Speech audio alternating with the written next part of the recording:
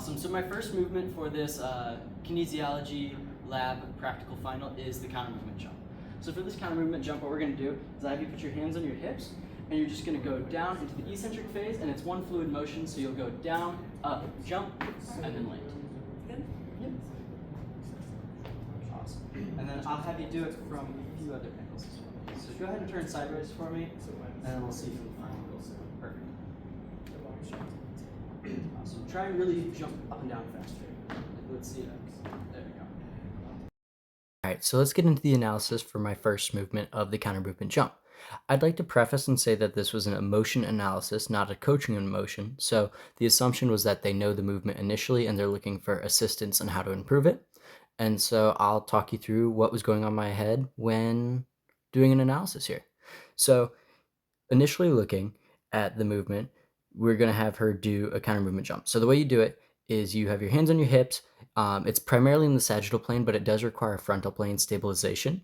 And that comes from those abductors. So that's what we're going to kind of be looking at, because that's a major landmark point where their form falls apart and the knees go valgus.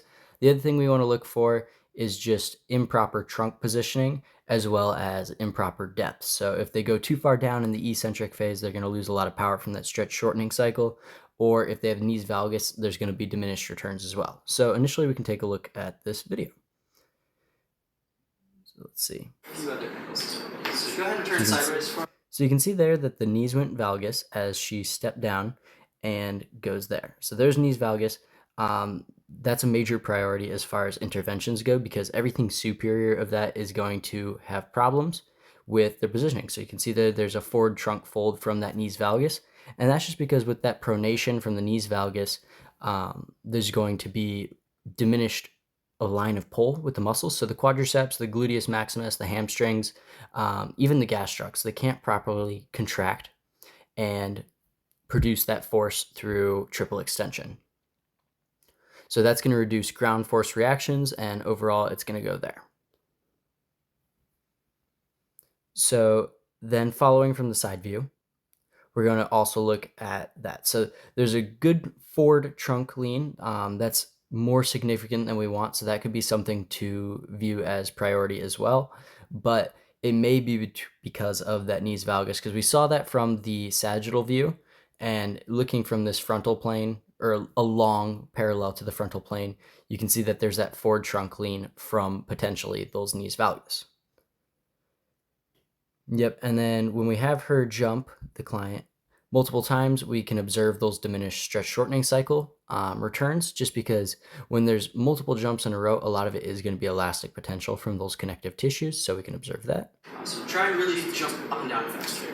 Let's see that. So you can see with each jump, there's diminished jumping potential, and that leads to impairment there. So the main impairment that we're going to look at is those knees valgus, because it's causing forward trunk lean during the jump, and it's diminishing power returns as well as being an injury risk. So we're going to use some abduction strength to improve that and keep that line of pull and just good alignment throughout the jump. Awesome. So after analysis, we determined that your main impairment with that counter movement jump would be that your knees go valgus when you land. And so what we're going to do to correct that stems from weak abductors in the hips, primarily the gluteus medius, so out on this outside. So we're going to use lateral band walks to improve this. All right. So what we're going to do is we're going to put the bands around our ankle, and what you're going to do is you're going to load up just a little bit, and you're going to be knees over toes and your toes going forward. And then you can either have your hands on your hips, you can have them anywhere you want as far as that goes, and you're just going to step sideways and do little steps while keeping tension on the band. All right. Yep, and so we'll go both ways. Good. Very nice.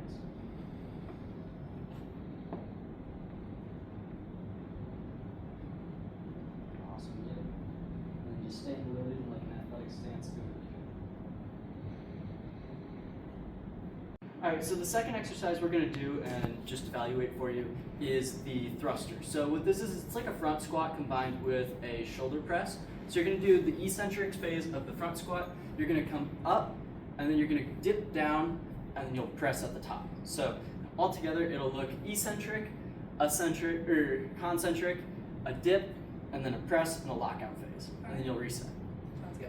Awesome, awesome. Yep, and then just elbows high, go into a front squat. Good. Yep, very nice. The main thing, definitely try and stay more tall in your torso. Almost sit back into the squat. All right. Let's see. Yeah.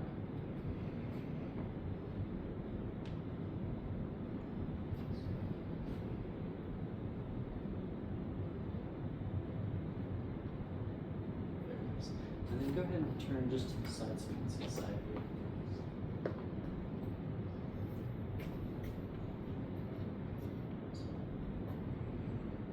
Perfect. Awesome, that's everything for you. All right.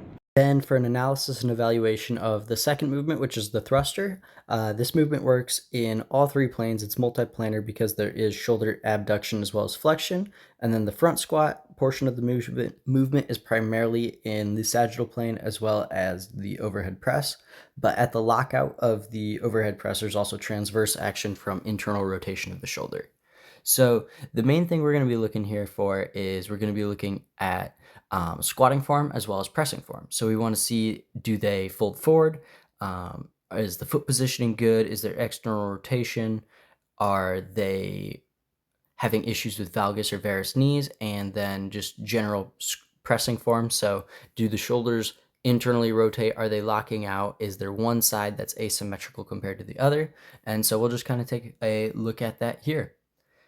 So initially on this first rep, she's got those elbows up. There is some forward fold there you can see from that front view here, and that will end up diminishing. So it places a greater stress on the low back and it diminishes force production just because there is a different placement of the load. There's altered placement along like anterior to posteriorly. So it's going to place greater stresses and just change joints differently.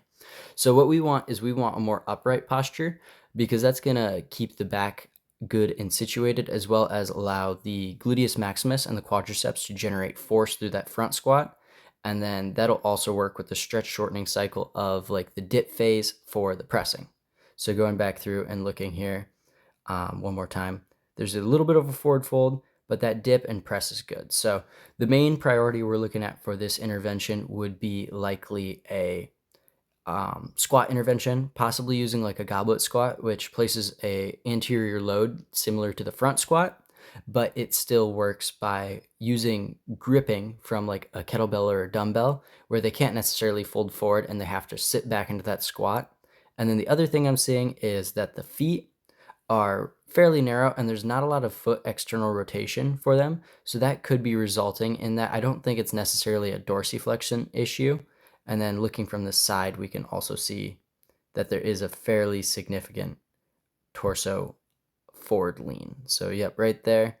With that front squat, we'd want to sit back into it more. And that could also be quadriceps weakness. So I think a goblet squat is the ideal intervention for this.